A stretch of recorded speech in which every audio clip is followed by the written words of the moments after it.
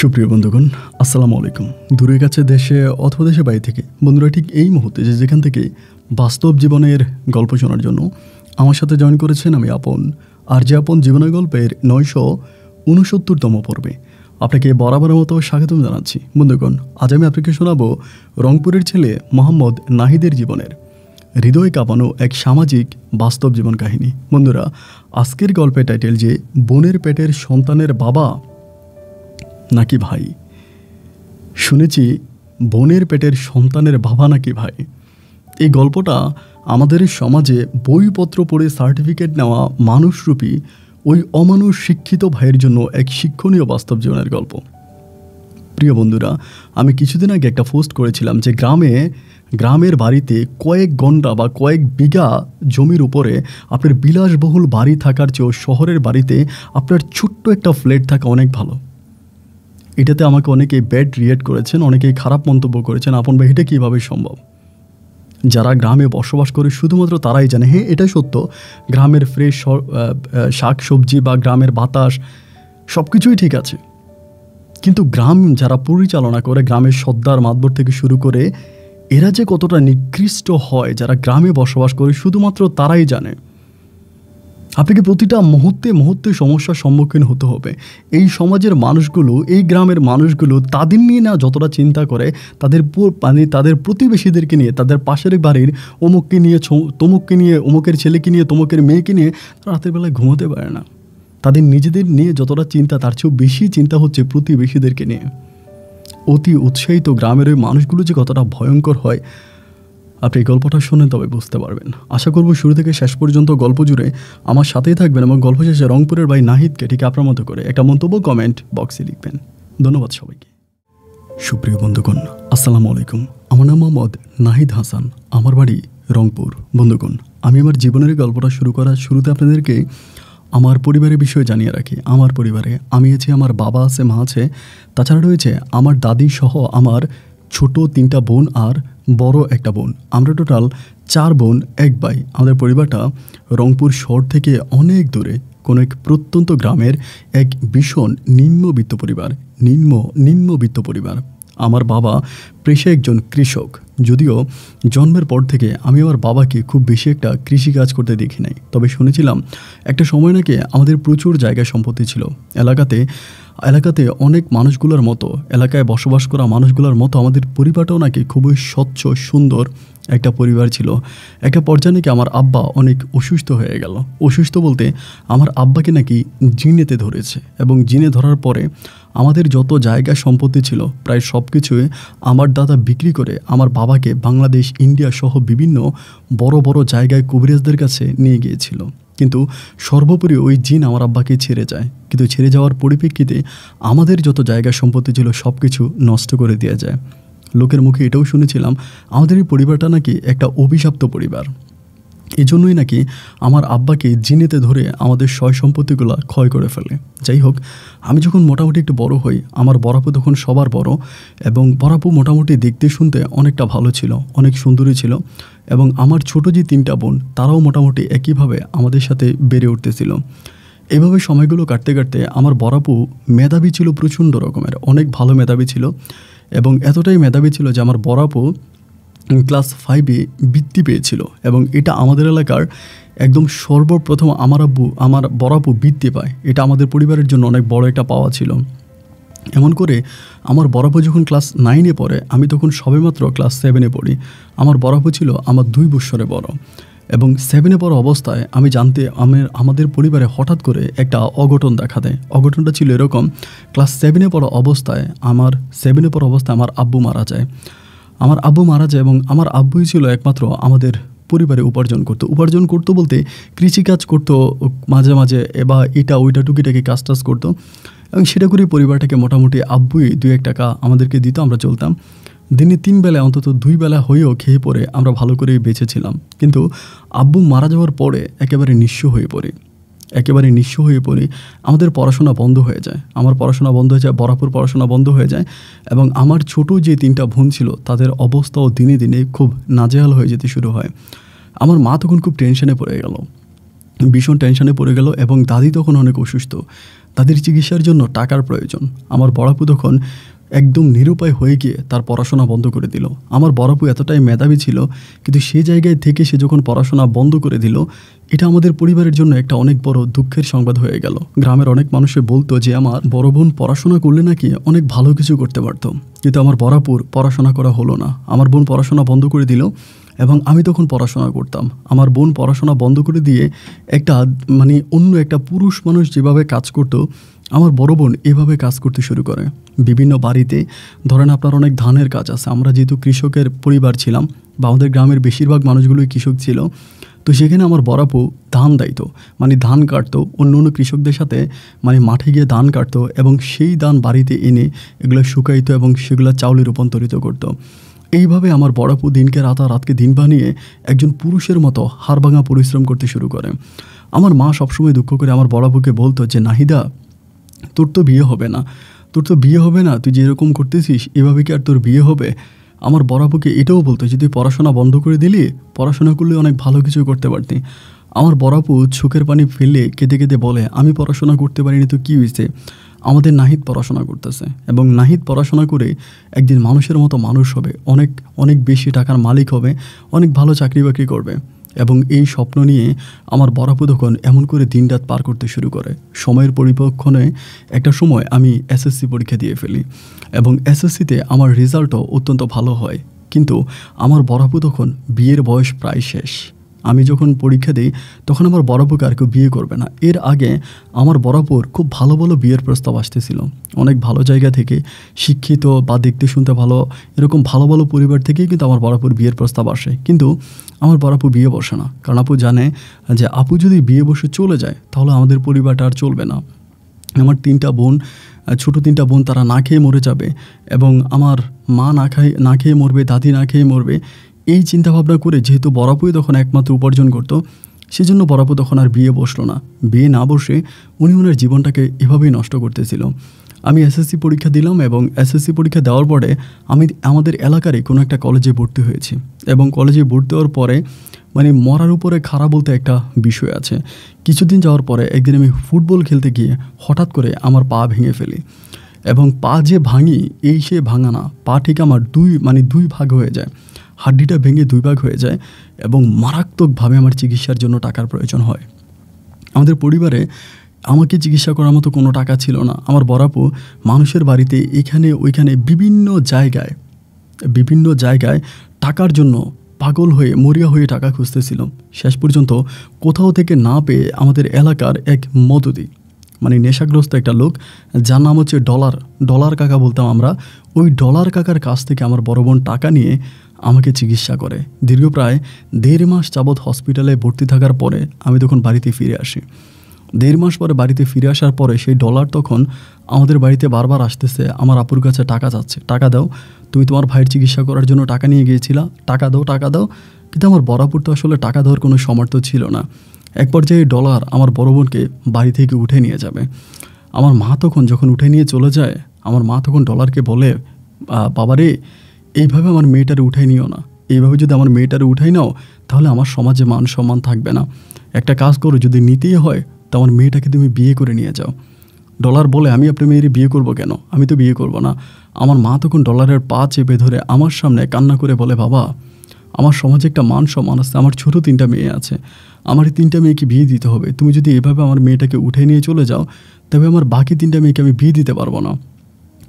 তুমি আমার মেয়ের কাছে যে টাকা পাইতা সেই টাকা কাবিনের টাকা হিসাব করে হলেও তুমি ওইটাই কাবিনের টাকা দিয়ে তুমি আমার মেয়েটাকে বিয়ে করো। ডলার তখন রাজি হলো।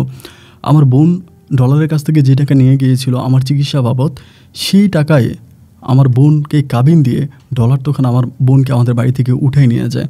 এটা আসলে কেমন বিয়ে ছিল আমি আমার জীবনে আমি এমন বিয়ে দেখি নাই। কাজীকে ডাকা হয়েছিল, কাজী আসলো, এসে কাবিনের টাকা উল্লেখ করলো, আমার বোন সিগনেচার করলো, ডলার সিগনেচার করলো এবং আমার বোনকে মুহূর্তের মধ্যে মোটরসাইকেলের পিছনে বসিয়ে ডলার নিয়ে চলে গেল। এবং আমি শুনেছিলাম সেদিন রাতে আমার বোনের বাসর নাকি প্রায় 3 জন যুবকের সাথে হয়েছে। এটা যেদিন আমি শুনেছিলাম সেদিন মনে হচ্ছিল আল্লাহ আমাকে মানুষ হিসাবে কেন দুনিয়াতে পাঠিয়েছে, আমি কেন দুনিয়াতে আসলাম। আসলে ডলার যে এমন একটা লোক, এটা আমাদের এলাকার সব মানুষই জানতো। এর আগেও সে অনেকগুলো বিয়ে করেছে এবং বিয়ে করার পরে সে ইন্ডিয়া থেকে বিভিন্ন ধরনের লোকদেরকে এনে, তার ব্যবসায়িক লোকদেরকে এনে তার বউর সাথে শারীরিক সম্পর্ক করাতো। এত নিকৃষ্ট খারাপ টাইপের একটা লোক ছিল।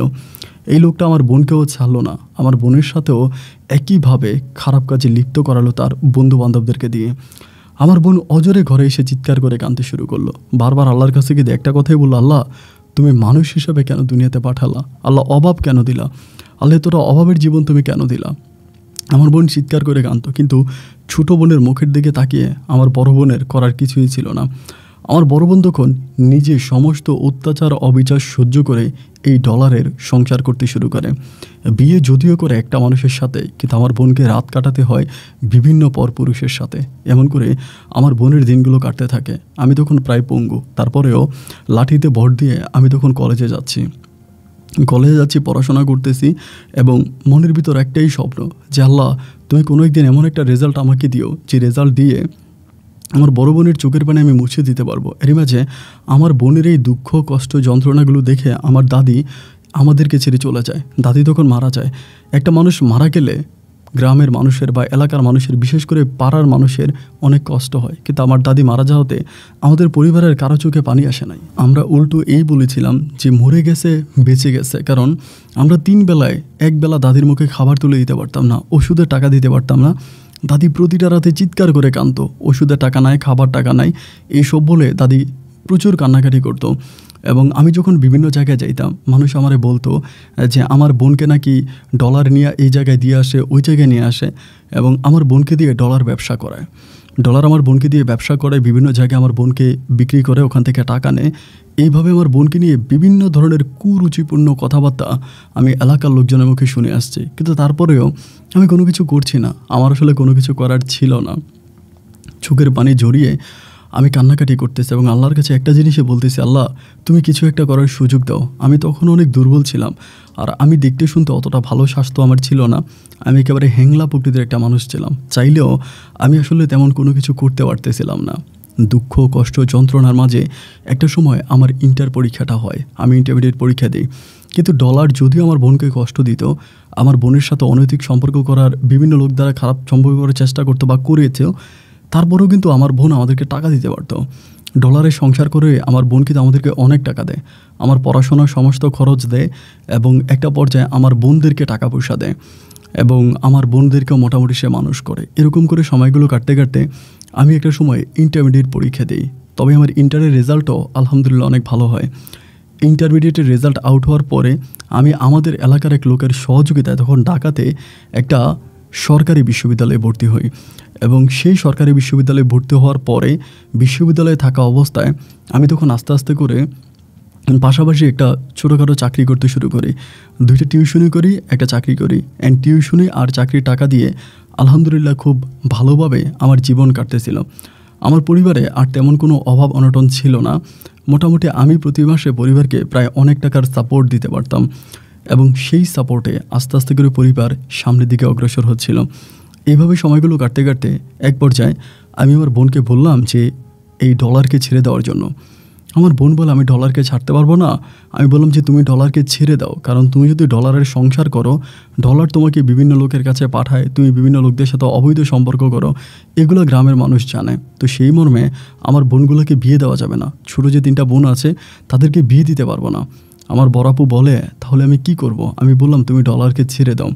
তো সেই সময় আমার বড়াপু এলাকার লোকজনকে হাতে নিল, নেওয়ার পরে ডলারের সাথে আমার বড়াপুর যে কাবিন হয়েছিল সেই কাবিনের টাকা তো ডলার আগেই আমার চিকিৎসা বাবদ দিয়ে দিয়েছে, যার জন্য আমার বড় বোন শুধুমাত্র একটা কাগজের মাধ্যমে লিখিত দিয়ে ডলারকে আমার বড় বোন তখন তালাক করে, মানে ডিভোর্স করে দেয়।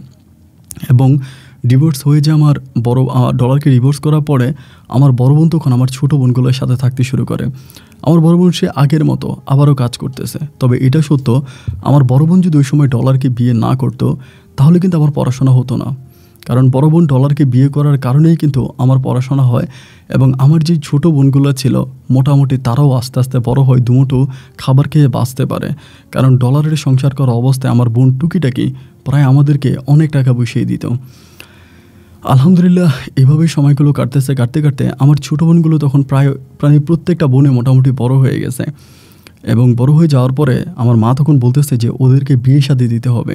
তো বিয়ের জন্য আমরা তখন এদিক ওইদিক কথাবার্তা বলি, এরকমভাবে কথাবার্তা বলতে বলতে মোটামুটি খুব ভালো একটা জায়গায় আমার 3 বোনের মাঝে বড় বোনটার বিয়ে হয়ে যায় এবং পালাক্রমে আমার 3টা বোনেরই খুব ভালো ভালো জায়গায় বিয়ে হয়।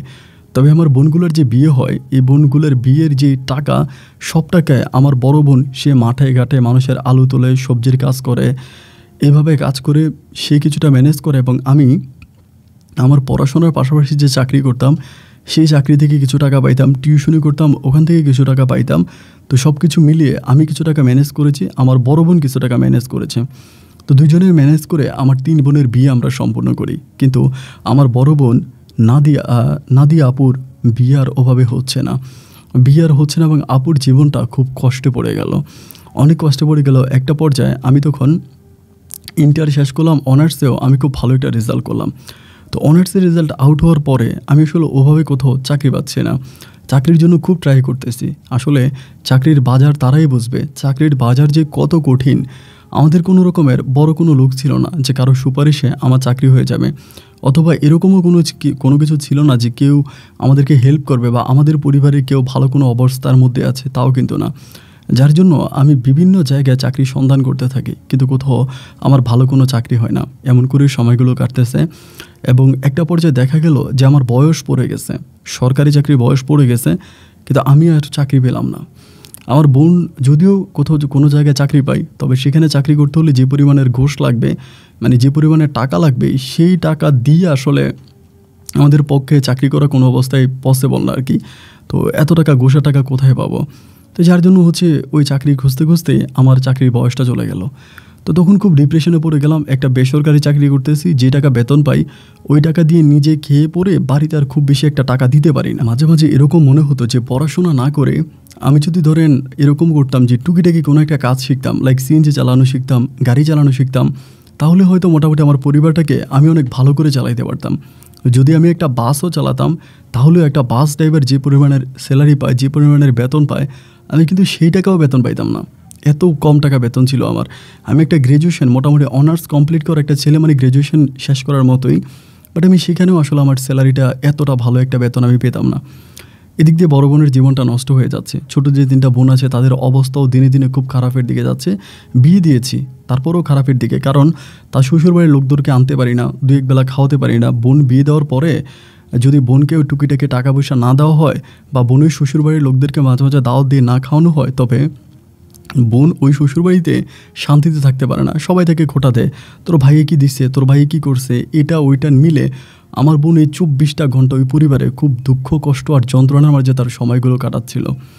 এইভাবে দিন রাতগুলো কাটতেছে। একটা পর্যায়ে আমি হঠাৎ করে আপনার একটা নিউজে একটা পাত্রী চাই বলে একটা বিজ্ঞাপন পেলাম এবং বিজ্ঞাপনটাতে দেখলাম যে মোটামুটি খুবই শিল্পপতির একটা পরিবার, অনেক রিচ একটা পরিবারের একটা মেয়েটার আগে বিয়ে হয়েছে কিন্তু ডিভোর্স হয়ে গেছে, কোনো সন্তানাদি নাই এবং মেয়েটাও দেখতে শুনতে ভালো। এরকমভাবে লিখলো যে পাত্রী চাই নিয়োগ বিজ্ঞপ্তিতে। তো ওইখান থেকে মানে লোক নেবে, ফোন নাম্বার দিল। তা আমি আসলে দুষ্টুমি করে, এটা আসলে আমার লাইফে সিরিয়াস ছিল না যে আমি এটা সিরিয়াস কোনো বিষয়, আমি ফোন নাম্বারটা নিয়ে তখন ফোন করলাম। পড়ার পর এক ভদ্রলোক রিসিভ করলো। আমি তাকে বললাম যে এইসব নিউজ তো আসলেই বেশিরভাগ ফেক হয়ে থাকে, মানে ভুলভাল হয়ে থাকে। তো আমি যে নিউজটা দেখলাম এটা আসলে কতটুকু সত্য? তিনি আমাকে বললো এটা অবশ্যই সত্য, ম্যাডামের জন্য ছেলে দেখা হচ্ছে এবং ওনার যে শিক্ষাগত যোগ্যতা চেয়েছে সেই শিক্ষাগত যোগ্যতা আমার আছে। তো মানে তাদের ক্রাইটেরিয়া যা ছিল সব কিছুই আমার আছে।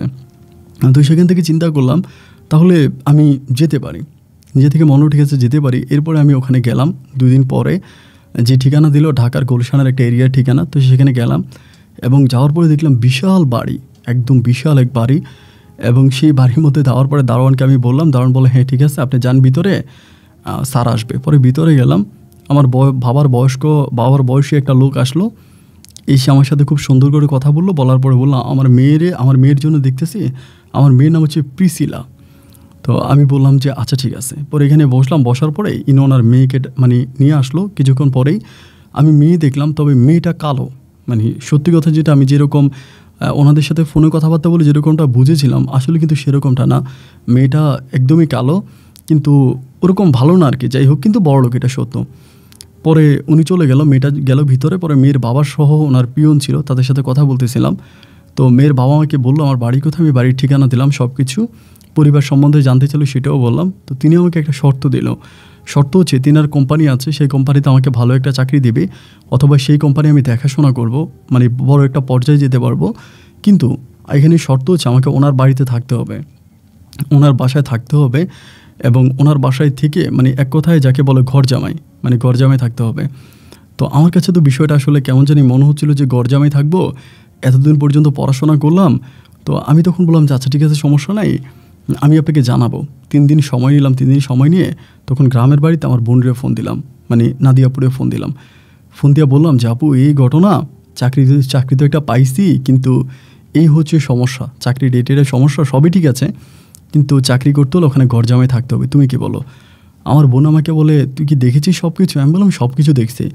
আমার আপু বলে শিওর তুই যে ভালো? আমি বললাম হ্যাঁ ভালো, খারাপ না, অনেক ভালো অবস্থানে, সব কিছুই ঠিক আছে, সব কিছুই আলবাত ভালোই হবে, কিন্তু সমস্যা একটাই যে ওদের ওখানে ঘর জামাই থাকতে হবে।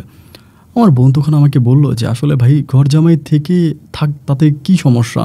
কারণ তুই এত কষ্ট করে পড়াশোনা করলি, একটা ভালো চাকরিও পাইলি না, মানে যেই লেভেলে চাকরি করতেছিস ওখানে আসলে চাকরি করেও লাভ নাই, যেই টাকা স্যালারি পাচ্ছিস এসব আসলে একটা রিক্সা ড্রাইভার আরও ভালো টাকা বেতন পায়। তো এই চাকরি করার চেয়েও না করাটাই ভালো। তো তিনি যেহেতু বলতেছে, আমি মনে করি তুই বিয়েটা কর।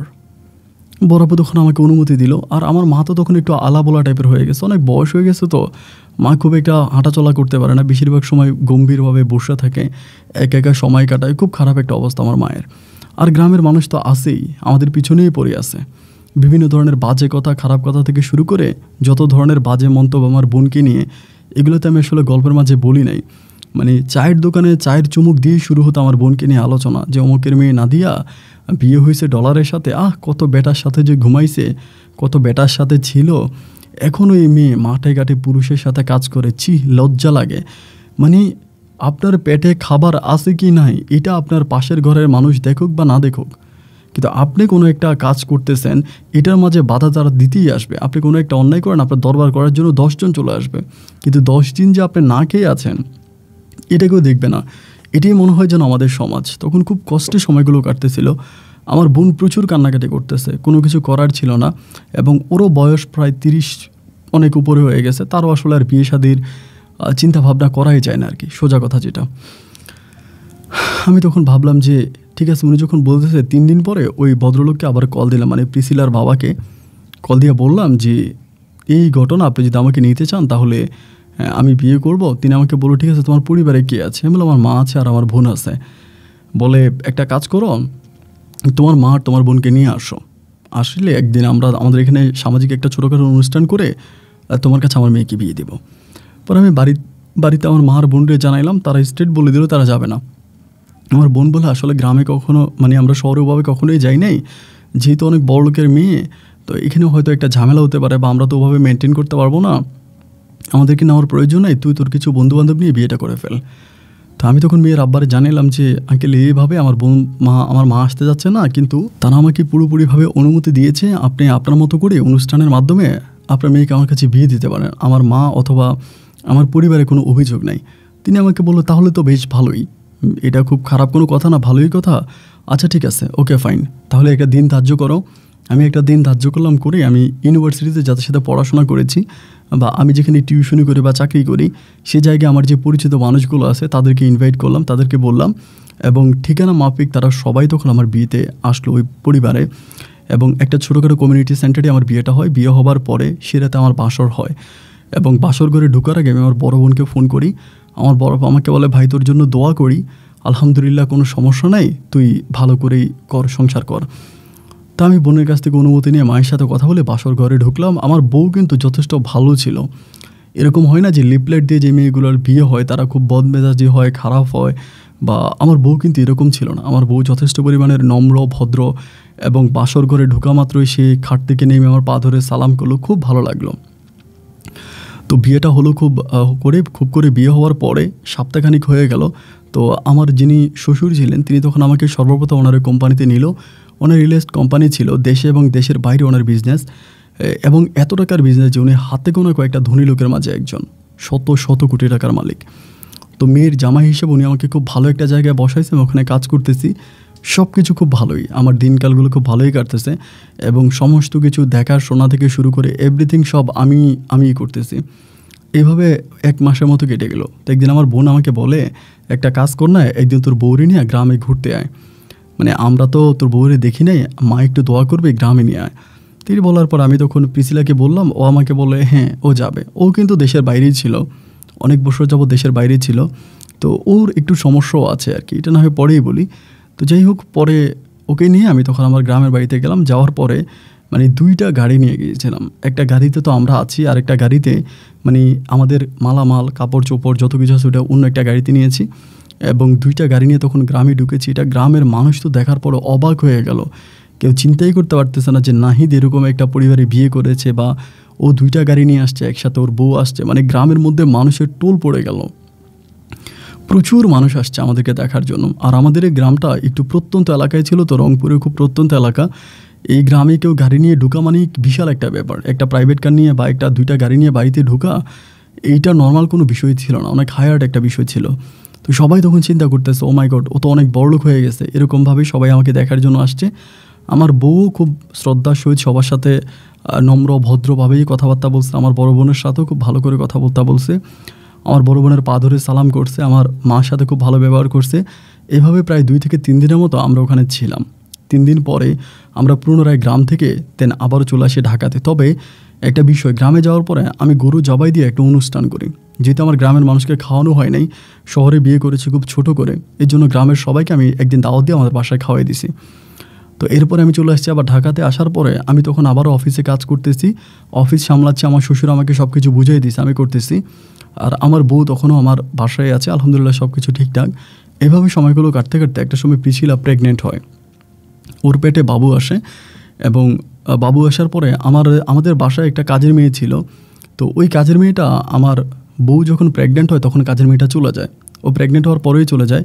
তো তখন আমার বউকে আসলে দেখাশোনা করার মতো ওরকম কেউ ছিল না। আবার যিনি শ্বশুর ছিল তিনিও তখন দেশের বাইরে, তিনি তখন অস্ট্রেলিয়াতে। তো আমি তখন খুব বিপাকে পড়ে গেলাম, আমার বোনকে জানাইলাম। আমার বড় বোন তখন বললো, তাহলে আমি চলে আসি, তোর বউরে আমি দেখাশোনা করতে পারবো, আমি চলে আসি। আমি বললাম তুমি আসবা? আমার বড় বউ বলে, তাহলে আমি চলে আসি না, আমি তো মারে কে দেখবে? বলে, আমার তোর যে কোনো বোনের এক বাসায় তোর মারে দিয়ে আসি, মানে আম্মুরে কোথাও না দিয়ে যায়, আমি চলে আসি। আমি তখন চিন্তা করলাম যেটা খুব ভালো, আমার বড় বোন যেহেতু অনেক ভালো আছে, আমার ওয়াইফকে দেখাশোনা করতে পারবে, তো ঠিক আছে। দেন আমি তখন আমার বড় বোনকে তখন আমার বাসায় নিয়ে আসলাম, ঢাকার বাসায় নিয়ে আসলাম। ঢাকার বাসায় আসার পরে আমার বড় বোন আমার ওয়াইফকে দেখাশোনা করতেছে, সেবা যত্ন করতেছে, খুব ভালোভাবেই কাটতেছে।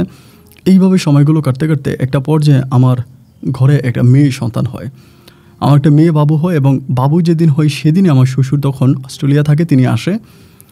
তিনি দীর্ঘ প্রায় অনেক মাস ধরে ওখানে আছে, আমাদের একটা বিজনেসের কাজে, একটা ব্যবসার কাজে উনি ওখানে আছে। তো যেদিন আমার বাবুটা হয়, আপনার হচ্ছে দুপুর 1টার দিকে আমার বাবু দুনিয়াতে আসে এবং বিকেলের মধ্যে আমার শ্বশুর তখন বাংলাদেশে আসে। এবং আসার পরে আমার বাবুটাকে দেখে অত্যন্ত খুশি হয়ে বাবুকে কোলে এনে, এবং আমার বোনের সাথে এই প্রথম তার দেখা, আমার বোনের সাথেও সে খুব সুন্দর করে কথাবার্তা বলে। এবং আমার বোন তখন আমাদের এখানেই থাকতে শুরু করে। আমার বউর দেখাশোনা করা, আমার বউকে যথাসময় খাওয়ানো, তার সেবা যত্ন করা থেকে সব কিছুর দায়িত্ব তখন আমার বউ নিয়ে নেয়। এভাবে প্রায় 2 থেকে 3 মাসের মতো কেটে গেল। আমার সন্তানটাও আস্তে আস্তে বড় হচ্ছে। প্রায় 4 মাসের মাথায় আমার শ্বশুর একদিন আমাকে জিজ্ঞেস করে যে, তোমার বোন কী করে, মানে তোমার বোন কী করে? বড় বোনের কথা জিজ্ঞেস করলে আমি বললাম যে ওনার বিয়ে হয়েছে কিনা বা ওনার সম্বন্ধে উনি এতদিন কোনো কিছু জিজ্ঞেস করে নাই। তো ওই মুহূর্তে উনি হঠাৎ করে আমার বোন সম্বন্ধে জানতে চাইলো। তাই আমি বললাম যে আমার বড়পুর অনেক আগে বিয়ে হয়েছিল, কিন্তু হাজব্যান্ড ভালো না, এবং ভালো না থাকার কারণে আমার বড়পুর বিয়েটা ভেঙে গেছে, মানে সংসারটা ভেঙে গেছে। পরে বলতেছে, ও আচ্ছা, তাহলে এখন? আমি বললাম যে এখন আছে, এই তো পড়ে আছে, এরকমভাবেই চলতেছে, কিন্তু ভালো কোনো অবস্থা নাই। তা আমার শ্বশুর বলে, যাই হোক, মেয়েটার এরকম একটা অবস্থা, অন্য কোথাও দেখে শুনে একটা ভালো বিয়ে দিয়ে দাও, যদি টাকা পয়সার প্রয়োজন হয় তাহলে তো তুমি দিতেই পারবে, এখন তো তুমি খুব ভালোভাবে টাকা পয়সা ইনকাম করো। তো এইভাবে আমার শ্বশুর কিন্তু আমার বোনের জন্য অনেক আগ্রহী হয়ে পড়ে। এইভাবে সময়গুলো কিছুদিন কাটার পরে আমার মা তখন হঠাৎ করে অসুস্থ হয়ে যায় গ্রামে। অসুস্থ হওয়ার পরে আমি আর আমার বোন তখন রওনা দিই গ্রামের বাড়িতে। তো এমন সময় আমার শ্বশুর বলে সেও যাবে, মানে তার মনে একটা কৌতূহল যে গ্রাম দেখতে যাব। পরে ওই সময় আমরা একটা কাজের লোক রাখি, তো কাজের লোক আমার বউর দেখাশোনা করতেছে, আমার বাবু সহ এখানে। তো আমরা যখন রওনা দেওয়ার পরে আমার বউ হঠাৎ করে বলে সে যাবে। তখন কিন্তু সে যাবে ওরকম করে বলে নাই, রওনা দেওয়ার পরে সে যাওয়ার জন্য প্রস্তুতি নিল। পরে আমার মেয়ের এসো, আমার ওয়াইফের এসো, আমাদের আরেকটা বাসার কাজের মেয়ে ছিল ওর এসো নিয়ে আমরা প্রায় 3টা গাড়ি নিয়ে আমরা তখন রওনা দিচ্ছি গ্রামের বাড়িতে। আম্মাকে দেখাশোনা করবো, আম্মা অসুস্থ। পরে গ্রামে যাওয়ার পরে দেখলাম আম্মা মোটামুটি আমাদের সবাইয়ের দিকে খুব সুস্থ হলো। আমরা গেলাম হচ্ছে বৃহস্পতিবারে। তো বৃহস্পতিবারে রাতটা আমরা ওখানে ছিলাম। এখানে আমার শ্বশুর আমাকে একটা বাড়ি বানানোর টাকাও দিছে। আমি মোটামুটি 3তলা ফাউন্ডেশন করে একটা বড় করে বাড়িও বানাইছি। তো পরের দিন হচ্ছে শুক্রবার, বৃহস্পতিবার থেকে শুক্রবারে তো জুমার নামাজের সময় আমি আর আমার শ্বশুর তখন নামাজ পড়ার জন্য মসজিদে গেলাম, আমাদের ড্রাইভার সাহেব সহ। তো নামাজ পড়ার জন্য তখন নামাজ শেষ হলো। তো আমাদের যে মুয়াজ্জিন, আমাদের যে ইমাম সাহেব আছে, তিনি মসজিদে, আমাদের খুব একটা ভাঙা মসজিদ ছিল আর কি, অতটা ভালো না, একটু ভাঙাচূড়া টাইপের। তো ইমাম সাহেব টাকা চাচ্ছে মসজিদের কাজ করার জন্য। আমার শ্বশুর তখন দাঁড়িয়ে সবার কাছে পরিচয় দিল যে আমি নাহিদের শ্বশুর, এবং পরিচয় দেওয়ার পরে তিনি বলল যে আপনাদের মসজিদের যে অবস্থা দেখলাম আমার কাছে খুব খারাপ লাগলো, আমার ভিতরে খুব কষ্ট হলো, আমি এখানে আপনাদের দোতলা একটা মসজিদ বানাই দিব এবং সাথে একটা মাদ্রাসা করে দিব। মানে প্রায় 1 থেকে 2 কোটি টাকার একটা প্রজেক্ট উনি ওই সময় এখানে দেখালো। মানে যেখানে আসলে 1 লাখ টাকার মসজিদ হলেই গ্রামের মানুষের কাছে অনেক বড় একটা কিছু, সে জায়গায় প্রায় 2 কোটি টাকার মতো একটা এস্টিমেট যখন তিনি দিল, গ্রামের সব মানুষ তখন আসমান থেকে পড়লো। আরে বলে কি, এটা তো আমরা কখনো স্বপ্নেও চিন্তা করতে পারিনি যে 2 কোটি টাকার মসজিদ আমাদের এখানে হবে, মানে মাদ্রাসা মসজিদ সব কিছু মিলে। উনি বলল যে উনি এটা সব কিছু করবে এবং ওনার আন্ডারেই হবে। গ্রামের মানুষ তো মানে আসমান থেকে পড়ার মতো অবস্থা। আমার শ্বশুর এভাবে বললো করে দিবে, এবং বিকালবেলা গ্রামের সব মানুষ আসছে আমাদের বাড়িতে। আসার পর আমার শ্বশুর তখন ঢাকা থেকে এরই মাঝে ইঞ্জিনিয়ারকে ফোন দিছে, ইঞ্জিনিয়ার আসতেছে। শনিবারে সকালবেলা ইঞ্জিনিয়ার আসছে, আসার পরে জায়গা টায়গা মাপে সব কিছু ঠিকঠাক করে তখন এখানে মসজিদের নির্মাণের কাজ শুরু করে দিয়েছে 1-2 দিনের ভিতরে, এবং খুবই অল্প সময়ের ভিতরে এখানে উনি দোতলা একটা মসজিদ নির্মাণ করে দিয়েছে। এবং গ্রামের মানুষ যে এত খুশি হয়েছে বলার মতো না। সেই সময় আমি আমার বোনকে নিয়ে পুনরায় আবারও ঢাকায় থাকতেছি। আমার বড় বোন, আমি, আমার ওয়াইফ, আমার মেয়ে, আমরা তখন ঢাকায় আছি সবাই। তো এমন করে যেতে যেতে একটা পর্যায়ে আমার শ্বশুর আমাকে বলল, আমাদের অফিসের একজন লোক আমার শ্বশুরের খুব কাছের লোক, আমার শ্বশুরের সাথে এই লোকের সম্পর্ক ভীষণ ভালো, ওনার বাড়ি হচ্ছে ঢাকাতেই। তো সেই লোকটার মাধ্যমে তিনি আমাকে বলল যে অমুকের নামও বললো ওনার, যে ওনার কাছে আমার বোনকে বিয়ে দেওয়ার জন্য। উনি আগে বিয়ে হয়েছে, বাট ওনার ওয়াইফ মারা গেছে, 2টা বাচ্চা আছে, 2টা বাচ্চাকে দেখাশোনা করবে, এবং উনিও যেহেতু বয়স্ক, আমার বোনও বয়স্ক, তাহলে আমার বোনকে ওনার কাছে বিয়ে দেওয়ার জন্য আমার শ্বশুর আমাকে প্রস্তাবটা করলো। পরে আমি বললাম যে আপনি যে বলেন উনি কি রাজি আছে? বলে হ্যাঁ রাজি আছে, তার সাথে আমার কথা হয়েছে, সে বলছে সে করবে, এখন তুমি একটু তার সাথে কথা বলো। পরে আমি ওনার সাথে কথা বললাম, কথা বলার পরে তিনিও বলে হ্যাঁ বস তো আমাকে বললো, এবং বসের কথা তো ফেলতে পারি না, তো বসের কথা মতো আমি আপনার বোনকে বিয়ে করতে রাজি আছি, কোনো সমস্যা নেই। গ্রামে খবর পাঠালাম, মাকে ফোন করলাম বা বাকি বোনদেরকে ফোন করলাম, তারা সবাই তো একদম খুশি আলহামদুলিল্লাহ। এবং একটা জমকালো অনুষ্ঠানের মাধ্যমে খুবই ধুমধাম করে আমার বড় বোনের পুনরায় আবারও বিয়ে হয়, এবং সেই বিয়েতে আমাদের গ্রামের প্রায় সব মানুষদেরকে আমি নিয়ে আসি গাড়ি যোগে। মানে 3টা বাস আমি গ্রাম থেকে আনি। এটা আসলে মানে আমাদের জন্য আর কি, মানে আমাদের পরিবারের মানুষের জন্য এটা কখনো চিন্তা করার বিষয় না। 3টা বাস ভরপুর করে গ্রাম থেকে আমি মানুষ নিয়ে আসি, এবং গ্রামের সব মানুষদেরকে আমার বড় বোনের বিয়েতে আমি ভরপেট করে খাওয়াই। সবাই খাওয়া দাওয়া করে, অনেক আনন্দ করে, ফুর্তি করে, মজা করে, আল্লাহ তাআলার কাছে দোয়া চায়, আবার পুনরায় গ্রামের মানুষগুলো গ্রামে চলে যায়। তা আমার বোনকে, ওনার নাম ছিল রুহুল আমিন সাহেবের কাছে বিয়ে দিলাম, এবং ভীষণ ভালোই আছে, এনার সাথে ভালোই দিনকাল কাটতেছে। এইভাবে সময়গুলো কাটতে কাটতে প্রায় আমার বোনের বিয়ের 4 মাস পরে হঠাৎ করে রুহুল আমিন সাহেব বলতেছে যে তিনি দেশের বাইরে যাবে। কোথায় যাবে? দুবাইতে যাবে। তো দুবাইতে যাও, আমার বোনকে সাথে করে নিয়ে যাবে। তাই আমি আমার বোনকে বললাম, বোন আমাকে বলতেছে ভাই আমি যাবো না, আমার ইচ্ছা করতেছে না, আমি বিদেশে যাব না, তুই ওনারা মানা কর। পরে আমি মানা করছি, কিন্তু মানা করতে তিনি রাগ করে গেল। তিনি বলে আমি যাব, আমার ওয়াইফ যাবে না, এটা কী ধরনের কথা? আমি তো অফিসের কাজে যাচ্ছি, সে আমার সাথে যাবে। তো এমন করে যখন আমার বোনকে প্যারা দিতে শুরু করলাম, আমি বোনকে বুঝালাম যে বোন যা, যে তুই সংসার করতেছিস, তো স্বামীর কথা তোকে শোনাই লাগবে, স্বামীর কথার বাইরে তো তুই যেতে পারবি না, তুই যা। পরে আমার বড় বোনকে ওভাবে ভেঙে চুরে বোঝানোর পরে বোন তখন যাওয়ার জন্য রাজি হলো। আমার বড় বোন চলে গেল দুবাইতে তার হাজব্যান্ডের সাথে, রুহুল আমিন সাহেবের সাথে। যাওয়ার কিছুদিন পরে, 2 দিন পরেই আমার শ্বশুর তখন বলতেছে আমাদের অস্ট্রেলিয়াতে যে প্রজেক্ট আছে ওটা উনি দেখতে যাবে।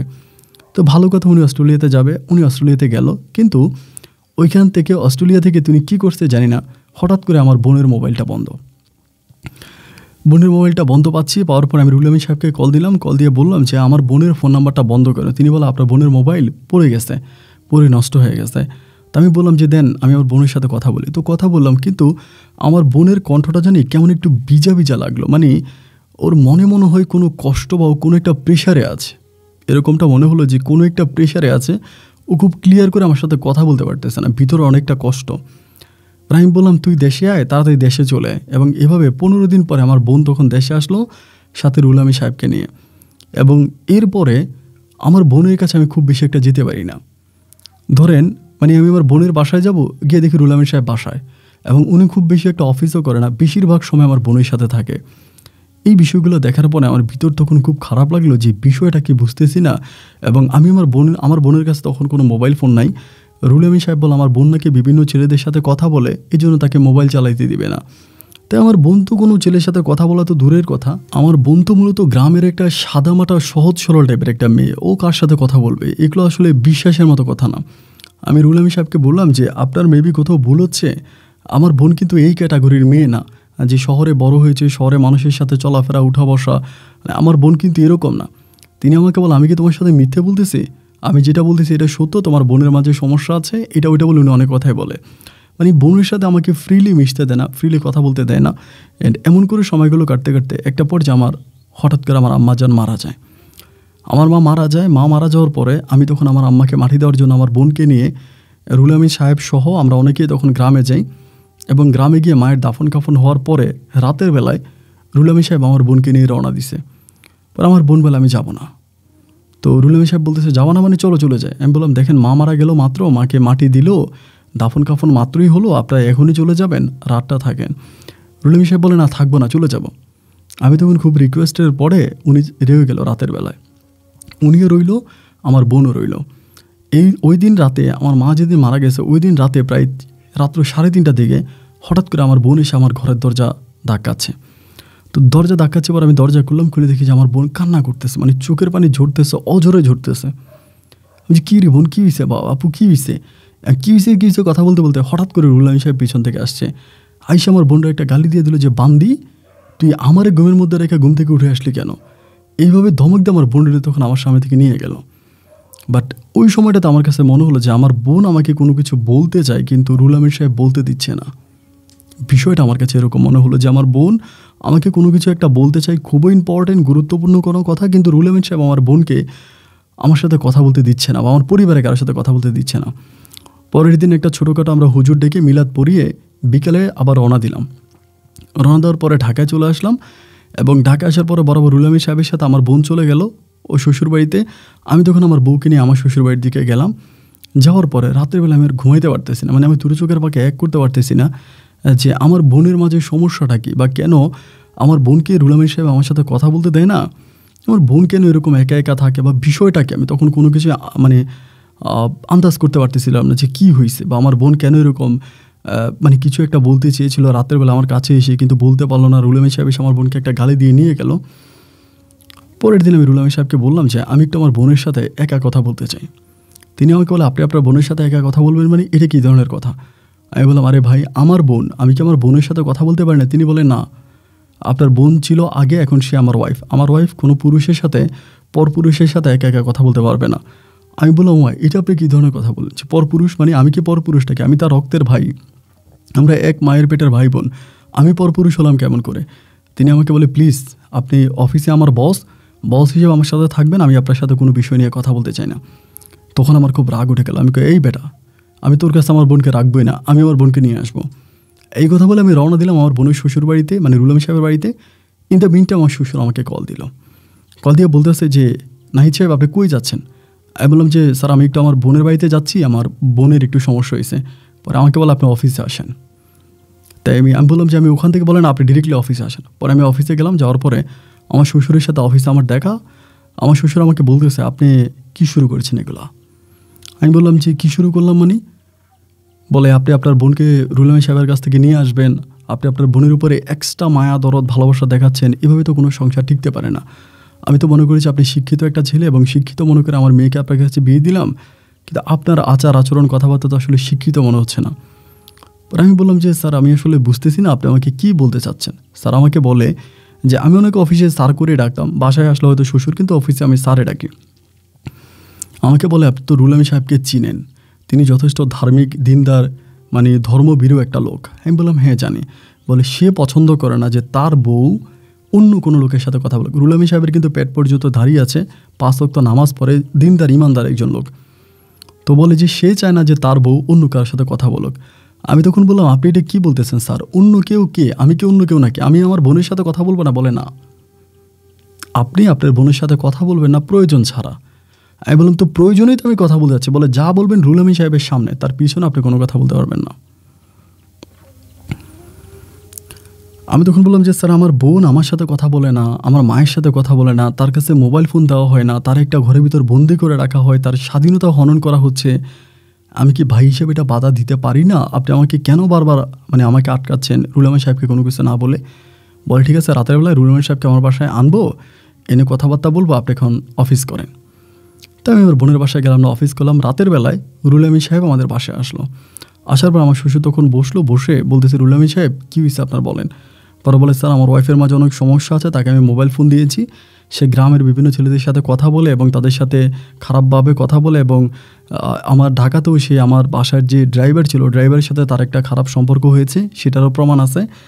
এই জন্য আমি আমার ওয়াইফকে একটু কড়াকড়ি ভিতরে রেখেছি, কারোর সাথে কথা বলতে দিচ্ছি না। আমি বললাম যে স্যার এটা সম্পূর্ণ মিথ্যা কথা। বাবা এটা সম্পূর্ণ মিথ্যা কথা, আমার বোন এই ক্যাটাগরির মেয়ে না, আমার বোনকে আমি খুব ভালো করেই চিনি। পরে রুহুল আমিন সাহেব মুহূর্তের মতো গরম হয়ে গেল, হয়ে গিয়ে বলতেছে এই তোদের সাথে আমার কোনো কথাই নাই, তোর বোনটা তুই নিয়ে যাবি। মানে আমাকে তুই করে ব্যবহার করে আমার স্যারের সামনে সে আমার অফিস থেকে মানে আমার বাসা থেকে বেরিয়ে গেল। আমি আমার শ্বশুরকে বললাম যে বাবা এটা কী হইলো, আপনার চোখের সামনে আমার সাথে এটা কী রকম ব্যবহার করলো। আমার শ্বশুর বলে বাদ দাও তো, এত কথাবার্তা বললো না, বোন বিয়ে দিলে একটু এরকম করে সহ্য করা লাগে। তো এরই মাঝে হলো কি আমার শ্বশুর কিন্তু তারই মাঝে 15-20 দিন বা 1 মাস পরে আমার গ্রামে যাচ্ছে। গ্রামে গিয়ে মসজিদ দেখে আসতেছে, গ্রামের মানুষের সাথে বসতেছে, এবং গ্রামেরও সবগুলা মানুষ ভীষণ রকমের গর্ব করতেছে যে নাহিদ এমন একটা ফ্যামিলিতে বিয়ে করেছে, শ্বশুর এত ভালো। মানে গ্রামের মানুষ পঞ্চমুখ আমার প্রশংসায়, আমার শ্বশুরের প্রশংসায়। যাই হোক, এইভাবে সময়গুলো কাটতে কাটতে একদিন বুধবারে হঠাৎ করে আমি অফিস থেকে বেরোইছি কোনো একটা কারণে। অফিস থেকে বেরোয় বাসায় যাব, বাসার গেট বরাবর যাওয়ার পর আমি দেখছি আমার বোন আমার পাশের গেটের সামনে দাঁড়ায় আছে। নাহিদা আপু, ওর দেখার পর আমি অবাক। ও আমার দেখে জড়ায় ধরে চিৎকার করে কান্না শুরু করছে। কিরে বোন কী হয়েছে, কী হয়েছে, কান্না করতেছো কেন? তুমি কই আসছো, তোমার স্বামী কই? বলে এর কথা বলিস না, আমার একটু আলাদা কোথাও নিয়ে একটু চল, আমি তোর সাথে একটু বসবো। আমি বললাম চলো বাসায় চলো। না না না, আমি বাসায় যাবো না, তুই আমার অন্য কোথাও নিয়ে চল। তা অন্য কোথাও কোথায় যাবা? বলে অন্য কোথাও। পরে আমি পাশের একটা রেস্টুরেন্টে নিয়ে গেলাম। এই রেস্টুরেন্টে বসালাম, বসে বলতেছে আপু কী হয়েছে, তোর স্বামী তো ভালোই 5 ওয়াক্ত নামাজ পড়ে, তোরা ভালো রাখে, তুই কী হয়েছে কান্নাকাটি করতেছিস কেন? তোর কি মায়ের জন্য খারাপ লাগতেছে, মা মারা গেছে এই জন্য? আমার বোনের রেস্টুরেন্টের মধ্যে আমার পা জড়িয়ে ধরে চিৎকার করে কাঁদতে শুরু করে। মানে এত বিকট করে কাঁদতে শুরু করছে যে আশেপাশের মানুষগুলো আমার মানে মুখের দিকে তাকিয়ে আছে। আমি বললাম আপু কান্না করিস না, কী হয়েছে তুই আমার কাছে বল, আমি তোর ভাই, কী হয়েছে আমার কাছে বল, সমস্যাটা কি আমার কাছে বল। বলে ভাই রে তুই আমার কার কাছে বিয়ে দিছস? আমি বললাম কার কাছে মানে? রুহুল আমিন সাহেবের কাছে। বলে রুহুল আমিন সাহেবের কাছে না তোর শ্বশুরের কাছে? আমি বললাম এটা কী বলিস, আমার শ্বশুরের কাছে তোকে বিয়ে দিতে যাবো কেন? আমি রুহুল আমিন সাহেবের কাছে তোকে বিয়ে দিছি। আমার বোন আমাকে বলে তুই যদি আমাকে রুহুল আমিন সাহেবের কাছেই বিয়ে দেস তাহলে আমার কেন রাত কাটাতে হয় তোর শ্বশুরের সঙ্গে? আমি তখন বললাম বোন এটা কী বললি তুই আমারে? মানে আমি তো কথাবার্তা আসলে কিছু বুঝতে পারতেছি না। আমার শ্বশুরের সাথে তো রাত কাটানো লাগতেছে, মানে বিষয়টা কি আমাকে একটু বুঝিয়ে বলতো। আমার বোন আমাকে বলে ভাই রে কেন তোর সাথে আমাকে কথা বলতে দেয় না? ওই রুহুল আমিন সাহেব আমাকে দুবাইতে নিয়ে গেছিলো, তোর শ্বশুর অস্ট্রেলিয়াতে না গিয়া অস্ট্রেলিয়ার নাম করে সে দুবাইতে গেছে, এবং আমার সাথে সে এই ধরনের খারাপ সম্পর্ক করেছে দুবাইতে। আমি বললাম কী বলিস তুই? বলে হ্যাঁ এই ধরনের খারাপ সম্পর্ক করেছে। এরপরে আমাকে রুহুল আমিন সাহেব আর তোর শ্বশুর মিলে এমন একটা জায়গায় বন্দি করে রাখতেছে, আমাকে একটা সেকেন্ডের জন্য বাসা থেকে বেরোতে দেয় না, কারোর সাথে কথা বলতে দেয় না। আমি তোর সাথে এগুলো বলে দিব বলে আমাকে তোর কাছ থেকে দূরে সরায় রাখছে। 2-1 দিন পর পরে রাতের বেলা তোর শ্বশুর যায় এবং আমার সাথে এই ধরনের খারাপ কাজগুলো করে। আমি শোনার পর আমার চোখের পানি ধরে রাখতে পারিনি, আমি কান্না করে দিয়েছি যে বোনটা তুই কী বলে। কারণ আমার এই বোনটা ছোটোবেলা থেকে এতটাই কষ্ট পেয়েছে, এত মেধাবী থাকার পরে আমার বোন আমাকে পড়াশোনা করাবে বলে নিজে পড়াশোনা করেনি। আমার পায়ের চিকিৎসা করার জন্য ডলারের মতো একটা ক্রিমিনালকে আমার বোন বিয়ে করেছে। আমাকে ভালো রাখার জন্য আমাকে ভালোবেসে আমার বোন তার পুরো জীবনটা নষ্ট করে দিয়েছে, অথচ সেই বোনের জীবনটা আজকে এভাবে নষ্ট হয়ে যাবে, আমি ভাই বেঁচে থাকতে তা তো হতে পারে না। আমি বোনরে বললাম, বোন এটা কী ধরনের কথা, এটা আমি কোনো অবস্থায় মানতে পারি না। আমার বোন বলে হ্যাঁ। আমি বললাম তুই কীভাবে এখন বেরোয়েছিস? বলে আল্লাহর কি হুকুম, তোর মানে রুল আমিন সাহেব গেট মানে ভিতর দিয়া সামনে দিয়ে লক করে যাইতো, তো উনি নাকি সামনে দিয়ে গেটটা লক করে নেয়, আমার বোন ঘর থেকে বেরোইতে পারছে এবং বের হয়ে আমার কাছে চলে আসছে। আমার বোনের সাথে কথা বলার রেস্টুরেন্টে বলার মাঝে রুল আমিন সাহেব আমাকে কল দিছে। কল দিয়ে আমাকে বলতেছে যে আমারে বলে যে ভাইয়া নাহিদ নাহিদ কোথায়, নাদিয়া কোথায় এমনি। আমি বললাম যে আমি কী করে বলবো, আপু তো আপনার বাসায় ছিল, আমি তো জানি না। আর আমাকে বলে এই বেটা তোর বোন কই গেছে, তোর বোন বাসা থেকে পালাইছে, আমি বলছি না যে এই মেয়ে খারাপ, কোন বেটার সাথে পালাই গেছে। আমি বললাম আমি তো জানি না কই গেছে, আচ্ছা ঠিক আছে আপনি খুঁজে দেখেন, আমিও খুঁজতেছি। এই কথা বলে আমি তখন চিন্তা করতেছি কী করা যায়, আমার বোনকে আমি এখন কী করবো। আমি তো ওই রুল আমিন সাহেবের কাছে দিব না, এবং আমি যে আমার শ্বশুরের কাছে বিচার দিব, এটা তো খলনায়ক আমার শ্বশুর, এবং পুরোটা বিষয় তো আমার শ্বশুরে করাইতে আছে, তো শ্বশুরের কাছে তো বিচার দেওয়া লাভ নাই। আমি তখন আমার একটা মেয়ে বান্ধবীর বাসায়, ওর বিয়ে হয়েছে ঢাকাতে, ওর বাসায় আমি তখন আমার বোনকে রাখি। ওর বাসায় আমার বোনকে রাখার পরে আমি তখন ভাবলাম যে এখন কি করব। এই সময়টাতে বাসায় গেলাম, বাসায় যাওয়ার পর আমার শ্বশুর আমার সাথে খুব দুর্ব্যবহার করতেছে, তোমরা ছোট লোক, তোমরা ইতর, তোমরা বদমাইশ। আমি আমার রুল আমিন সাহেবকে আমি খুব ভালোবাসি, পছন্দ করি, আমার ভালো একটা লোক, আমার অফিসে খুব ভালো কাজ করে, আমি এই লোকটার কাছে তোমার বোনকে বিয়ে দিছি ভালো ভেবে, ভালো চিন্তা করি। রুল আমিন সাহেব যে বারবার বলতো তোমার বোন অন্য কারোর সাথে কথা বলে, তুমি তো বিশ্বাস করতা না, আজকে প্রমাণ পাইলা তো যে তোমার বোন কতটা দুর্চরিত্রা, কতটা খারাপ। আমি তখন আমার শ্বশুরের মুখের দিকে তাকিয়ে আছি, মানে আমার কোনো কিছু বলেন, আমি জাস্ট দেখতেছি যে একটা মানুষ কিভাবে এত মিথ্যা বলতে পারে, একটা মানুষ কিভাবে প্রতিটা মুহূর্তে এরকমভাবে সাজিয়ে গুছিয়ে মিথ্যা কথা বলতে পারে। আমি অপলক দৃষ্টিতে ওনার মুখের দিকে তাকিয়ে আছি। বেশ কিছুক্ষণ পরে তিনি আমাকে বলতেছে যে ঠিক আছে যা হবার তা হয়েছে, তোমার বোনকে এখন খুঁজে বের করো, তোমার বোন কই গেছে, কোন ছেলের সাথে গেছে, এগুলো খুঁজে বের করো। বলে বাবা আমি তো খুঁজতেছি, আপনারাও খোঁজেন। তো তারাও খোঁজে, আমিও খুঁজি, এরকম খোঁজাখুঁজি করতে করতে আমি ভাবলাম যে কি করা যায়, আমার বোনকে তো আমি এই লোকের কাছে দিব না। অ্যান্ড পরিশেষে আমি তখন করলাম কি, আমার যে 3টা বোন ছিল, আমার 3টা বোনের মাঝে আমার সবচেয়ে বড় যে বোনটা, ওই বোনের বাসা আমি তখন আমার বরাবরে পাঠিয়ে দিলাম, নাহিদাপুরে পাঠিয়ে দিলাম। ওই বাসায় পাঠা দেওয়ার পরেও ওই বাড়িতেও আমার বোন সুখে ছিল না, মাসখানেক ওখানে ছিল, থাকার পরে সেখান থেকে আমি বাধ্য হয়ে পরে আমার বোনকে আবারও ঢাকায় আমি আলাদা একটা বাসা ভাড়া করে দিই, যে এখানেও থাকুক, যেহেতু তার জীবনটা এত কষ্টের, এখানে থাকুক। এরই মাঝে আমার আরেকটা ছেলে সন্তানও কিন্তু হয়ে যায়, এরই মাঝে আমার আরেকটা ছেলে সন্তান, আমার একটা ছেলে একটা মেয়ে হয়। এবং এই বিষয়গুলো কিন্তু আমি আমার বউ প্রিসিলার সাথেও আলাপ করি না, তার সাথেও শেয়ার করি না, কারণ সে সবসময় তার বাবার পক্ষে, সে তার বাবার এগেনস্টে কখনোই যাবে না, তাকে এগুলো বলে লাভও নেই। এবং ঢাকায় যে আমি আমার বোনকে ভাড়া রাখছি, আমার মানে শ্বশুর কীভাবে জানি আমার মোবাইল ট্র্যাকিং করে উনি বুঝে গেছে যে আমি আমার বোনরে লুকাইছি, নাদিয়ারা আমি লুকিয়ে রাখছি, এবং নাদিয়ার সাথে আমার কথাবার্তা হয়, ইনি এগুলো বুঝে গেছে। বুঝে যাওয়ার পরে একদিন রাত্রে 11:30 বাজে আমাকে ওনার বিল্ডিংয়ের ছাদে ডেকে নিয়ে গেছে, অফিসের ছাদে, বিল্ডিংয়ের ছাদে ডেকে নিয়ে আমাকে বলতেছে যে নাহিদ, আমি জানি আমি এখন যে কথাগুলো বলবো, এই কথাগুলো তোমার সহ্য করা খুব কঠিন, তারপরও আমি তোমাকে কথাগুলো বলি, আমি জানি তোমার বোন তোমার কাছেই আছে, তুমি তাকে লুকিয়ে রাখছো, তো আরেকজনের বউকে তুমি এভাবে লুকিয়ে রাখতে পারো না, এটা রাইটস তোমার নাই। আমি তখন আমার শ্বশুরকে বললাম যে আপনার কি মনে হয়েছে আমার বোন একজনের বউ, আমার বোনকে আমি একজনের কাছে বিয়ে দিয়েছি, যদি একজনের কাছে আমার বোনকে বিয়ে দিতাম তাহলে তো আমার বোন একজনের সাথেই ঘুমাইতো, একজনের সাথেই রাত কাটাতো, কিন্তু আমার বোন তো একজনের সাথে রাত কাটায় না।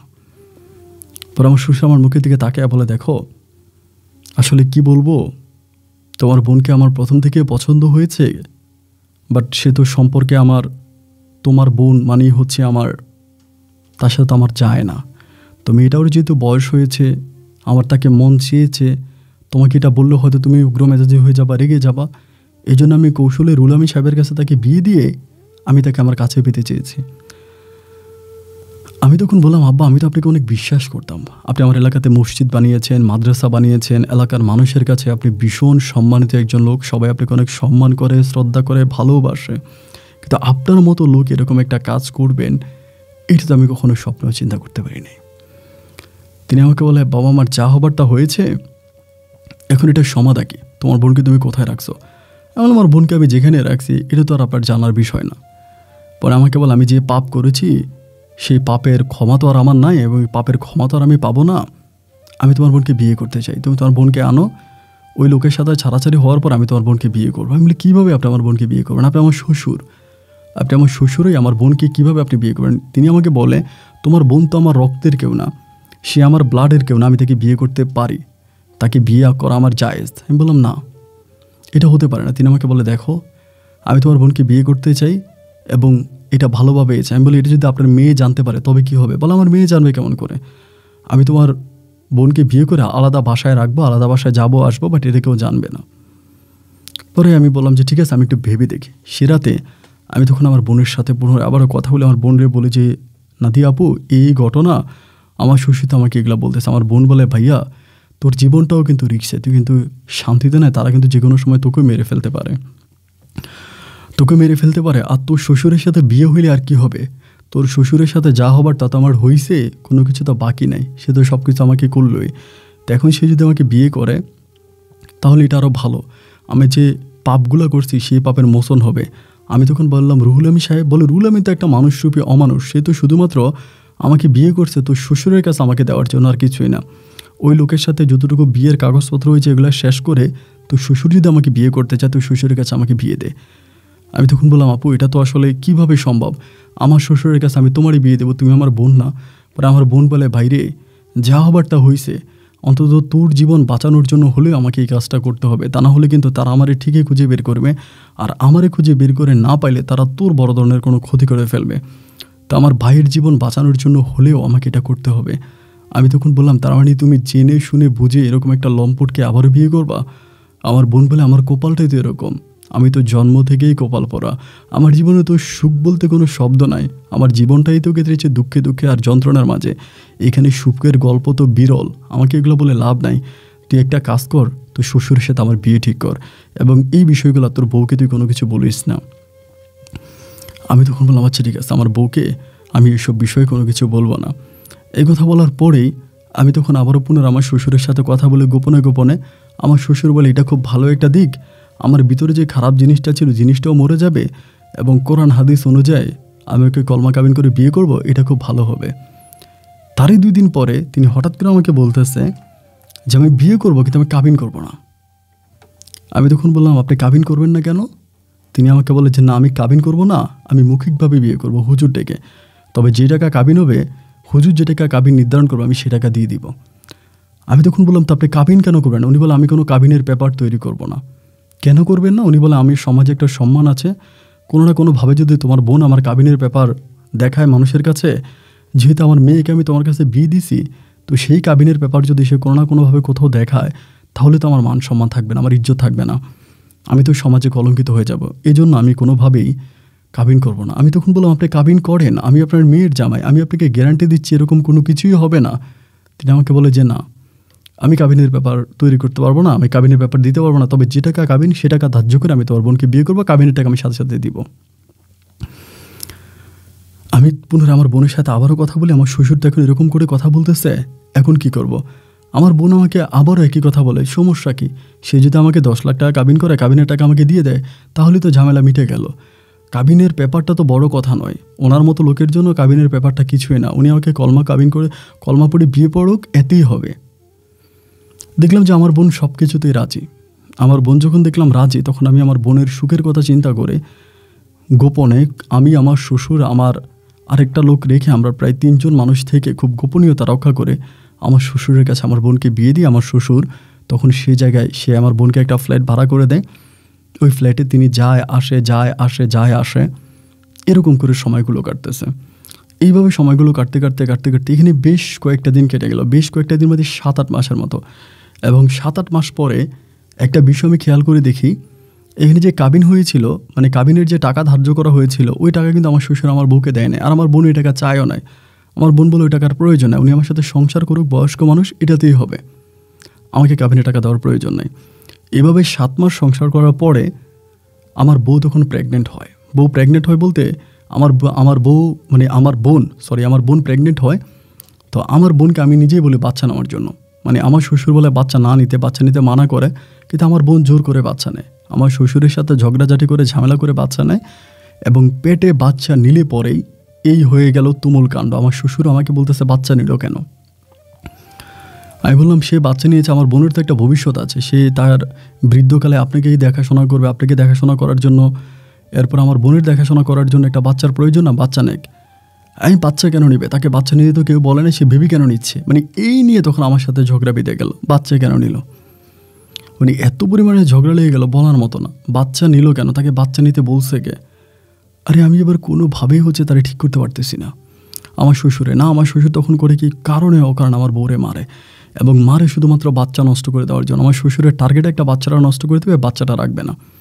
আমার বোনের পেটে যাতে কোনোভাবেই বাচ্চা না থাকে, উনি বাচ্চার প্রতি টার্গেটে পড়ে গেছে, এবং উনি আমার বোনরে এটা ওইটা খাওয়াইতেছে, আমার বোন খায় না, এবং আমার বোনকে মারে। আমার বোন এগুলো সহ্য করে আছে, তারপরেও শুধুমাত্র বাবুটা দুনিয়াতে আসুক, একটা পরিচয় পাক, এই হিসাবে আমার শ্বশুর আসছে। কিন্তু আমার শাশুড়ি নেয়, শাশুড়ি মারা গেছে বহু বছর আগে, তাহলে তো সমস্যা হবে না। কিন্তু আমি দেখলাম যে আমার শ্বশুরিটা কোনোভাবেই মানতে রাজি নেই। এই আমার বোনের গায়ে প্রচুর হাত তোলে, বোনের সাথে খারাপ ব্যবহার করে, দুর্ব্যবহার করে।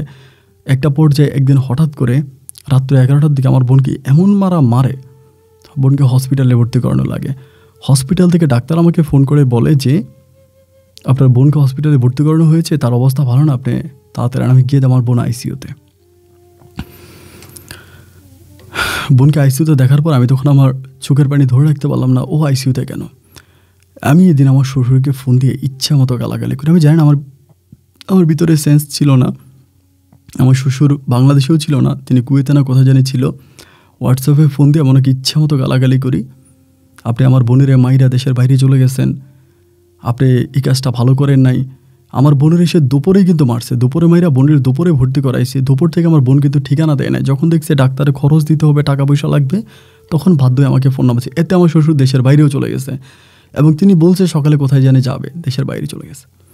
হোয়াটসঅ্যাপে কথা হলো প্রচুর, ওনাকে আমি খারাপ ব্যবহার করলাম। আমি আমার বোন নিয়ে হসপিটালে দৌড়তে আসি। এর মাঝে হঠাৎ করে আমাদের গ্রামের চেয়ারম্যান 2 দিন পরে, আমার বোনকে নিয়ে আমি হসপিটালে, তার 2 দিন পরে আমার বোনের বাবু কিন্তু তখন প্রায় 7 মাস হয়ে গেছে পেটে।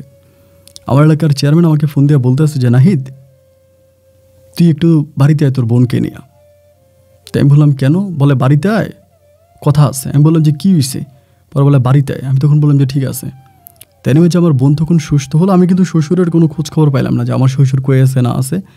আমার যখন বোনটা একটু সুস্থ হলো, ভালো হলো, হওয়ার পর আমি তখন আমার বোনকে নিয়ে চিন্তা করলাম গ্রামের দিকেই চলে যায়, যেহেতু শহরে এতই ঝামেলা, গ্রামে যাই।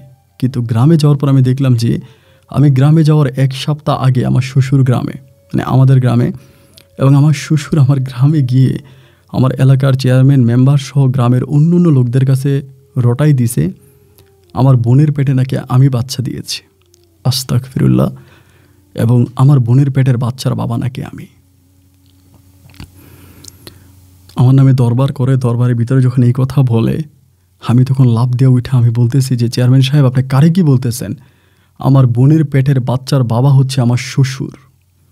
শুধু এই কথাটাই বলে আমার এটুকুনি মনে আছে। এইটা বলা মাত্রই মানে গ্রামের কয়েকটা পালা কুত্তা আমাকে এই দরবারে এমনভাবে পিটাইতে শুরু করে, মানে এমনভাবে আমারে মারে যে মায়ের বর্ণনা আমি দিয়ে শেষ করতে পারবো না। আমি টানা 14 দিন হসপিটালে ছিলাম। আমি হসপিটালে ছিলাম। আমার ভিতরে কোনো বোধ ছিল না। আমার শরীরের বিভিন্ন অঙ্গে মেরে আমাকে রক্তাক্ত করে ফেলে। আমি বুঝে ফেলি যে আমার শ্বশুর আমার 1 সপ্তাহ আগে আমার গ্রামে গিয়ে আমার গ্রামের সব লোককে কিনে ফেলেছে টাকা দিয়ে, এবং আমার গ্রামে এসে মসজিদ বানিয়েছে, মাদ্রাসা বানিয়েছে। আমার গ্রামে এসে একজন ফেরেস্তা, আমি একজন ফেরেস্তার নামে এরকম কথা বলি কি গ্রামের মানুষ আমার কথা শুনবে?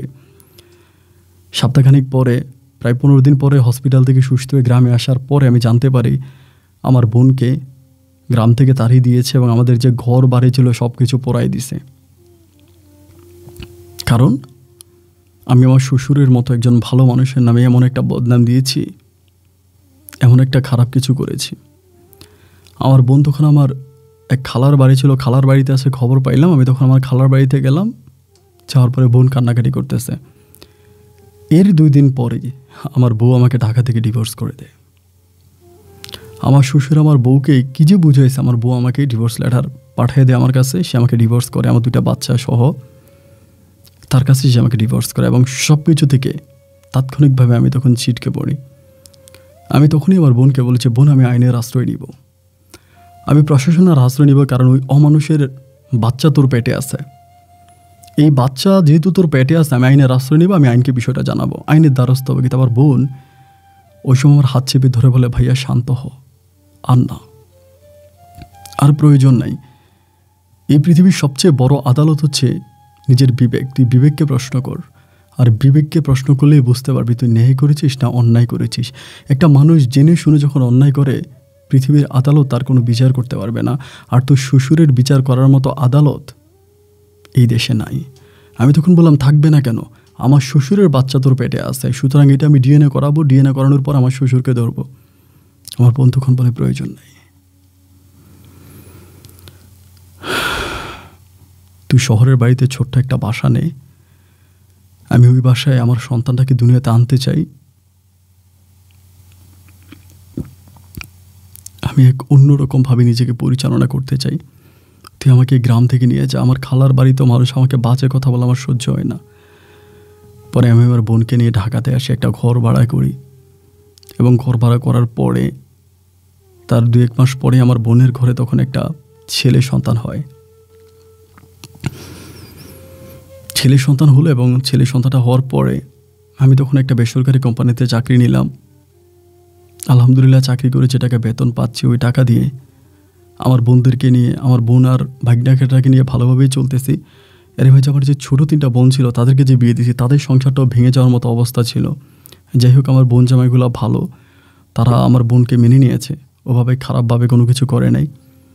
কিন্তু দুঃখের বিষয় হচ্ছে, আমি এই গত কোরবানির ঈদে প্রায় 7 বছর পর গ্রামে গিয়েছি। প্রায় 7 বছর পর আমি গ্রামে গিয়েছি, শুধু মায়ের কবরটা জিয়ারত করার জন্য, বাবার কবরটা জিয়ারত করার জন্য। কিন্তু গ্রামের মানুষ এই 7 বছর পরও আমাকে গ্রাম থেকে মেরে তাড়িয়ে দিয়েছে। গ্রামের সব মানুষ জানে, ছোট বাচ্চা থেকে শুরু করে গ্রামের সব মানুষ জানে যে আমি আমার বোনের পেটে বাচ্চা দিয়েছি, এবং সেই বাচ্চা নিয়ে আমি ঢাকা শহরে ভাড়া থাকতেছি। এতটাই নিকৃষ্ট মানুষ আমি যে আসলে সমাজে আমি মুখ দেখাতে পারি না। এরই মাঝে আমার বউ তার 2টো সন্তান নিয়ে, প্রিসিলা তার 2টো সন্তান নিয়ে এসে চলে গেছে ক্যানাডাতে সে থাকে। আমার শ্বশুর এখনও বহালভাবে সে ঘুরে বেড়াচ্ছে। আমি না পাইলাম বিচার আসলে আমি চাই নাই, আমার বোন আমাকে বিচার চাইতে দেয় নাই। তো আমি জাস্ট আল্লাহর কাছে বিচার দিলাম, একমাত্র রাব্বুল আলামিন মহান আল্লাহ এটার বিচার করবে। আমার বোনের সাথে যে অবিচার হয়েছে, আমার সাথে যে অবিচার হয়েছে, আমার জীবনটা পুরো নষ্ট। হয়তো সার্টিফিকেট থাকার কারণে একটা ভালো চাকরি করতেছি, বোনকে নিয়ে দুমুঠো খেয়ে বাঁচতেছি। বোন আমাকে বারবার বলে, ভাই একটা বিয়ে কর, একটা সংসার কর। কিন্তু আমার কেন জানি নারীর উপরে সেই বিশ্বাসটা আর আসে না। আমি আর কাউকে বিয়েও করিনি এখন পর্যন্ত। আমার ভাগ্নাটা বড় হয়েছে, মোটামুটি অনেকটাই বড় হয়েছে, ওরে আমি সন্তান মনে করে, আমার ছেলে মনে করে ওর সাথে আমি এখন আসি। আর এখনও গ্রামের মানুষে একটা জিনিসে জানে যে আমি আমার বোনকে বিয়ে করছি, বোনের সন্তান নিয়ে আমি গ্রামে পড়ে আছি, আর এই ঢাকাতে পড়ে আছি। তো ভাই আসলে আমি জানি আপনি আমার কিছু করতে পারবেন না, বা আপনার কাছে আমি বিচারও দিই না, বিচার চাইও না। যেহেতু আমি কোনো প্রশাসনের কাছে বিচার চাই না, সেখানে আমি আপনার কাছেও বিচার চাই না। শুধু এটুকুনই আমার মনের কথাগুলো আপনাকে বলে হালকা হলাম, আপনার কাছে বলে ভালো লাগলো, সে জায়গা থেকে আপনাকে আমার কথাগুলো বললাম। আমার বোন আপনার অনেক বড় একজন ভক্ত, আপনার অনুষ্ঠানগুলো আমার বোন প্রতিদিন দেখে। আপনার কাছে ভাই হিসাবে একটা অনুরোধ করে যাবো, যদি কখনও ঢাকায় আসেন তবে আমার বোনটাকে একটা অনুরোধ দেখে যান। আমার বোনটা আপনার পাগল একজন ভক্ত, আপনাকে আমার বোনটা দেখে অনেক খুশি হবে। আপন ভাই ভালো থাকবেন, আসসালামু আলাইকুম। প্রিয় বন্ধুগণ, সবাইকে অনেক বেশি ধন্যবাদ এতক্ষণ পর্যন্ত রংপুরের ভাই নাহিদের জীবনের বাস্তব গল্প জুড়ে আমার সাথে থাকার জন্য। বন্ধুরা, আমি গল্পটার শুরুতেই বলেছিলাম যে শহরের জীবনের চেয়েও, গ্রামের জীবনের চেয়েও শহরের জীবন তুলনামূলকভাবে অনেক ভালো। দেখেন, এই গ্রামে উনি মসজিদ বানিয়েছে, মাদ্রাসা বানিয়েছে, অনেক কিছুই করেছে। গ্রামের মানুষের চোখে তিনি ফেরেশতা হয়েছে। তারপরেও সেই গ্রামের মানুষগুলো একটাবার নাহিদকে বোঝার চেষ্টা করে না, নাহিদ যে গ্রামে জন্ম নিয়েছে। টাকার কাছে দুনিয়া বিক্রি হয় সেটা আমি শুনেছি, কিন্তু বাস্তবে আবারও রংপুরের ছেলে নাহিদের কাছে সেটা প্রমাণ পেয়েছি। আমি কিছুদিন আগে একটা ভিডিওতে বলেছিলাম যে আপনি মেম্বারের কাছে বিচার পান না, চেয়ারম্যানের কাছে বিচার পান নাই, এমপির কাছে বিচার পান নাই, থানায় বিচার পান নাই, কোর্টে বিচার পান নাই, তাতে কী হয়েছে? রোজ হাসরের ময়দান তো রয়েছে, তাই না? সেখানেই হবে আপনার বিচার। এবং আমার কাছে মনে হয় যে নাহিদ এবং নাহিদের বোন নাতির উপরে যে অবিচার হয়েছে, যে অন্যায় হয়েছে, এটা আসলে যদি নাহিদ প্রশাসনিকভাবে যেত, যে খুব বেশি বিচার পেত বলে মনে হয় না। কারণ তার শ্বশুরের এত বেশি টাকা ছিল, সে টাকার কাছে হয়তো আমাদের প্রশাসন বিক্রি হয়ে যেত। আমি জানি না, কিন্তু নাহিদ আসলে বিচার চায়নি। সে কোথাও মামলাও করেনি তার শ্বশুরের নামে এবং কোথাও সে বিচারও চায়নি। তো যা হয়েছে তা আর কারো জীবনে না হোক। এবং নাহিদ অনেক ভুল করেছে তার জীবনে। তার বোনের যেহেতু এরকম একটা ঘটনা এবং তার বোন দেখতে শুনতে যেহেতু এতটা মাধুর্যিত, এতটা সুন্দর, এতটা সুদর্শন চেহারার অধিকারী, এবং সে জায়গায় তার বোনকে নিয়ে তার শ্বশুরের সামনে প্রেজেন্ট করানোটা মোটেও ঠিক হয়নি। আজকে মনে হয় যেদিন রেকর্ড করছি, কালকে মনে হয় ঢাকা বিশ্ববিদ্যালয় চিটং বিশ্ববিদ্যালয়ের এক প্রফেসরের কথাটা শুনলাম, এবং সেই প্রফেসরও একইভাবে তার ছাত্রীদেরকে এভাবে লাঞ্ছিত করতেছে, বা অনেক ঘটনাই আছে যেটা আমি নিউজে দেখলাম, যদি ভুল না করে থাকি। তো আল্লাহ এদেরকে হেদায়েত দান করুক, না হয় গজব দিয়ে দুনিয়া থেকে নিয়ে যাক। এত সুন্দর সমাজ, এত সুন্দর দুনিয়াতে এরকম নিকৃষ্ট মানুষগুলো না থাকুক, এই প্রত্যাশায় আমি আজকের মধ্যে এখানেই বিদায় নিচ্ছি। আপনাদের সাথে আমার দেখা হবে অন্য কারো বাস্তব জীবনের গল্প নিয়ে। সে পর্যন্ত সবাই ভালো থাকবেন আর সুস্থ থাকবেন। আল্লাহ হাফেজ, আসসালামু আলাইকুম।